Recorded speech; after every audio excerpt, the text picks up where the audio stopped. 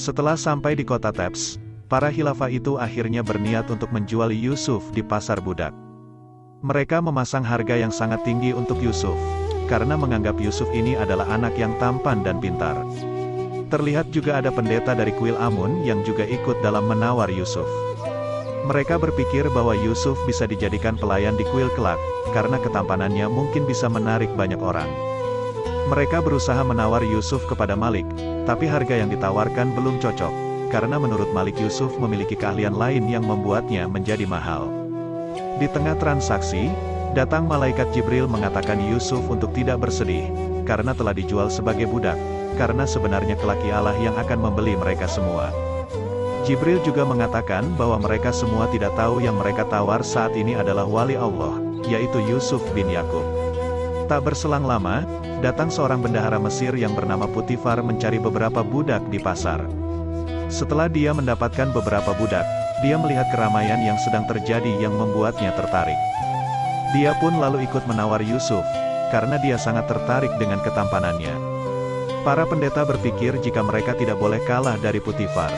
Walaupun mereka menawarkan harga 10 kali lipat, tapi Putifar yang kaya raya menawarkan harga yang sangat tinggi, yang para pendeta tidak bisa lagi menawar, karena harganya sudah melampaui batas mereka. Sahabat Malik lalu berpikir, memalukan sekali mereka seolah-olah sedang jual beli barang. Dan andai mereka tahu, emas seperti gunung pun tak sebanding dengan Yusuf. Pada akhirnya Putifar yang memenangkan tawaran itu dan membawa Yusuf menuju istananya. Yusuf kembali terpana melihat keindahan kota Thebes, dan terlebih istana putih yang sangat besar. Saat Yusuf diajak masuk, datang asisten Putifar bernama Pulifer mengatakan bahwa tuannya telah mendapatkan harta karun yang sangat berharga, dan orang bodoh yang menjual anak itu pasti akan menyesal nanti. Putifar membeli Yusuf ternyata untuk menghadiahkan kepada istrinya yang bernama Zulaikha, agar menjadikan Yusuf menjadi pelayannya dan mungkin saja dia akan diangkat anak oleh Zulaikha nantinya. Zulaikha yang melihat Yusuf pertama kali pun langsung terpana melihat ketampanannya. Ketika dia mengetahui nama anak itu adalah Yusuf, dia berniat akan mengganti nama yang cocok untuk tinggal di Mesir. Pulifer pun memberitahu nama Mesir yang mirip dengan Yusuf yaitu Yuzarsif. Nama itu akhirnya menjadi nama Yusuf saat ini, karena Zulaikha juga sangat menyukai nama itu. Jadi sekarang kita menyebut Yusuf dengan nama Yuzarsif saja, agar nantinya kita tidak kebingungan. Yuzarsif lalu ditunjukkan kamar tempat tinggalnya oleh Zulaikha, yang membuatnya merasa senang dan kembali berterima kasih kepada Allah, karena telah memberi karunia sebesar ini.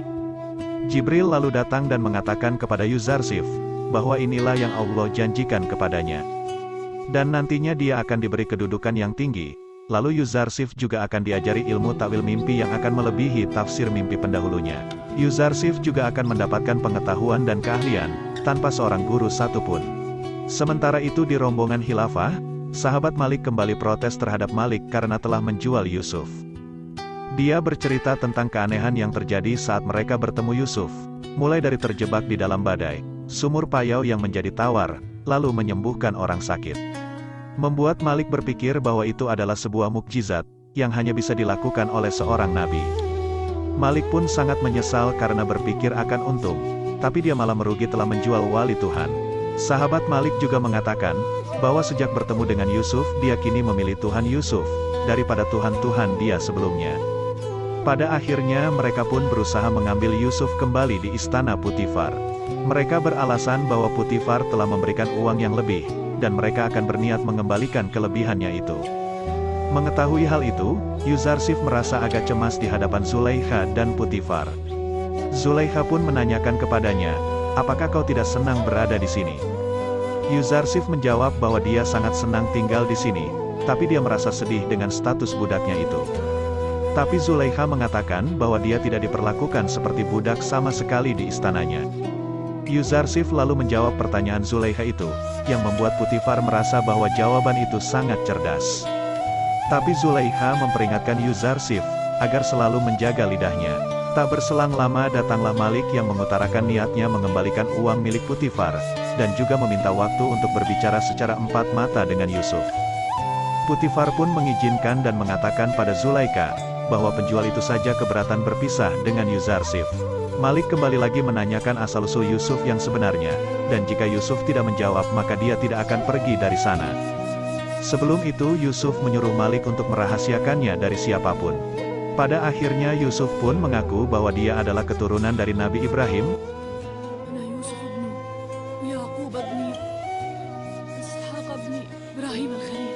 Malik sangat merasa berdosa karena dia telah menjual saudara sepupunya sendiri. Karena Yusuf merupakan cucu dari Nabi Ishak, sedangkan Malik cucu dari Nabi Ismail. Sebenarnya Yusuf sudah mengetahui bahwa mereka sebenarnya saudara sepupu. Yusuf tidak merasa sedih karena sudah dijual sebagai budak, karena itu memang kehendak Allah, dan akan menjadi awal peristiwa yang besar. Malik lalu berniat akan membawa Yusuf kembali, dan membatalkan transaksi penjualan Yusuf. Tapi Putifar menolaknya karena itu sudah terlambat, dan akan menjerumuskan mereka ke penjara jika membuat keributan di sini. Malik pun terus meminta agar Putifar membatalkan transaksi itu, yang membuatnya terlibat keributan di sana. Dan akhirnya mereka berdua akan dijebloskan ke penjara oleh Putifar, akan tetapi Yuzarsif memohon kepada Putifar untuk membebaskannya. Mereka berbuat seperti itu karena mereka sangat menyayangiku Yuzarsif. Hal itu membuat Putifar memaafkan mereka, dan mengurungkan niatnya untuk menjebloskan mereka ke penjara. Karena kejadian itu, sekarang Yusuf bukan lagi seorang budak. Karena semua uang Putifar yang diberikan kepada Malik, dikembalikan kepadanya. Zulaikha lalu mengatakan kepada Putifar untuk mendidik Yuzarsif sedikit demi sedikit, agar menjadi anak yang penurut dan bisa hormat kepada penguasa Mesir. Malik dan sahabatnya yang diusir pun berdebat di luar istana, karena Malik sudah kehilangan Yusuf sementara sahabatnya telah mendapatkan Tuhan dari Yusuf. Oleh karena itu Malik berniat akan menunggu Yusuf di Mesir, sedangkan sahabatnya disuruh pulang menuju kampung halamannya bersama para khilafah yang lain. Singkat cerita Yuzarsif yang sudah didandani oleh Kalimama asisten Zulaikha, terlihat sangat tampan dan bersih, yang membuat Zulaikha merasa terpesona kepadanya. Kalimama juga memberikan surat bukti penjualan Yusuf yang saat itu ditandatangani oleh Samun dan Malik. Setelah Putifar dating, dia disuruh Zulaikha untuk mendidik dengan benar, agar bisa menjalankan kehidupan di dalam istana dan bersikap di hadapan para pembesar di Mesir. Kalimama memulai menghasut Zulaikha, jika Yuzarsif tidak mempunyai tata karma, karena tidak mau tunduk kepadanya. Tapi Zulaikha malah memuji Yuzarsif karena terlihat tampan menggunakan pakaian itu. Setelah itu Putifar mulai mengajak Yuzarsif berkeliling istana, dan menjelaskan semua ruangan-ruangan penting di sana. Mulai dari ruangan khusus bagi Putifar dan Zulaikha yang memiliki 7 pintu, dan jika pintu itu sudah ditutup semua, maka tidak akan ada yang bisa keluar. Karena kunci pintunya hanya dipegang oleh Zulaikha. Kemudian Putifar menunjukkan perpustakaan, dan juga ruang istirahat bagi Putifar. Lalu ruang makan bagi mereka, yang selalu disajikan makanan kelas 1 dan buah-buahan yang segar. Setelah keluar istana, Yusuf ditunjukkan ruang para budak dan pelayan istana, di mana nantinya akan lebih sering mengunjungi tempat ini daripada tempat lain yang ada di istana. Selanjutnya Putifar menunjukkan ruang pembuatan kertas yang biasa untuk menulis warga Mesir. Di sini Putifar mengetahui jika Yuzarsif bisa menulis dan membaca, yang menurutnya itu adalah berkah bagi Putifar dan Zulaikha. Ketika mereka sampai di ruang penyimpanan makanan, salah satu pelayan di sana terpana melihat ketampanan, yang membuatnya menumpahkan makanan yang sedang ia siapkan. Di sana Putifar mengumumkan bahwa sekarang Yuzarsif akan membantu dalam membagikan makanan ke semua penghuni istana. Karena Yuzarsif adalah anak yang cerdas dan bisa menghitung makanan untuk setiap bagian masing-masing. Yang terakhir Putifar menunjukkan kuil Amun, di mana mereka menyimpan dewa-dewanya di dalam sana. Yuzarsif langsung menyindir bahwa dewa-dewa mereka ternyata membutuhkan tempat tinggal. Ketika akan kembali ke dalam istana mereka melihat ada kejadian, di mana ada pencuri yang sempat mencuri barang berharga milik Zulaikha. Tapi sang pencuri itu tidak mau mengakuinya, yang membuat salah satu pekerja di sana menjadi korban sang pencuri. Mereka berdua saling berargumen dan mengatakan bahwa mereka bukanlah seorang pencuri. Kemudian Yuzarsif memiliki cara untuk mengungkap siapa pencuri yang sebenarnya, dengan caranya sendiri.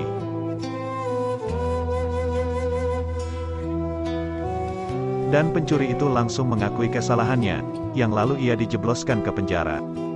Semua penghuni istana begitu kagum dengan perbuatan Yuzarsif yang sangat cerdik itu. Kejadian itu langsung diceritakan Putifar kepada Zulaikha, yang membuatnya merasa berterima kasih kepada Putifar karena telah menghadiahkan anak yang sangat cerdas kepadanya. Sementara itu, dikarenakan Yakub yang masih mencari keberadaan Yusuf, menanyakan kejadian yang sesungguhnya kepada seekor serigala. Dengan izin Allah, serigala itu berbicara kepada Yakub dan dia tidak mengetahui kalau para gerombolan yang menyerang anaknya. Kemudian Yakub kembali bertanya kepada anak-anaknya sekali lagi apa yang telah mereka lakukan kepada Yusuf. Tapi mereka tetap tidak mengakuinya dan kembali mengatakan bahwa para gerombolan segala telah memakan Yusuf. Yakub langsung memotong perkataan mereka dan mengatakan bahwa serigala menyangkal tuduhan mereka. Yahuda merasa heran bagaimana bisa serigala berbicara dengan ayahnya.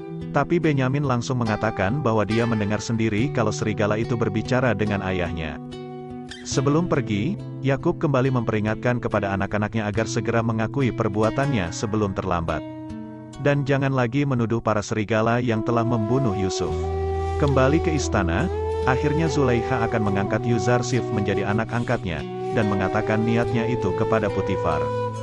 Zulaikha juga menceritakan bahwa Yuzarsif berhasil menangkap pencuri yang telah membuat kegaduhan di istana siang tadi.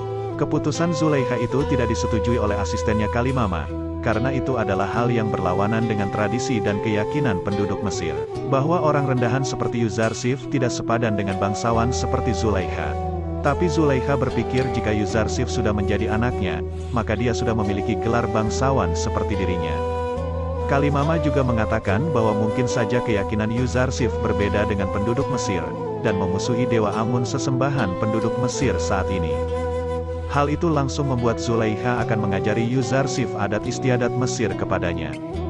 Kemudian saat Yuzarsif sedang membagikan makanan, dia mulai berdebat dengan pendeta kuil yang akan mengambil makanan, tidak sesuai dengan jatah yang ditetapkan oleh Yuzarsif. Mereka akan mengambil 20 jatah makanan, yang padahal pendeta di sana hanya berjumlah 5 orang saja. Mereka beralasan bahwa para dewa juga membutuhkan makanan, tapi Yuzarsif berkata bahwa dia belum pernah melihat dewa-dewa itu makan sekalipun. Para pendeta itu dipermalukan oleh Yuzarsif di hadapan para penghuni istana, yang membuat mereka marah dan akan melaporkannya kepada pendeta tertinggi di kuil Amun. Namun hal itu diketahui oleh salah satu pelayanan yang bernama Mimisabu yang juga sahabat Yuzarsif di istana. Ia mengatakan bahwa para pendeta akan membunuh Yuzarsif jika mereka mengetahui Yuzarsif tidak menyembah dewa Amun. Tapi itu semua tidak masalah bagi Yuzarsif, karena dia percaya kepada Allah. Kalau dia tidak menghendaki maka tidak akan terjadi apa-apa.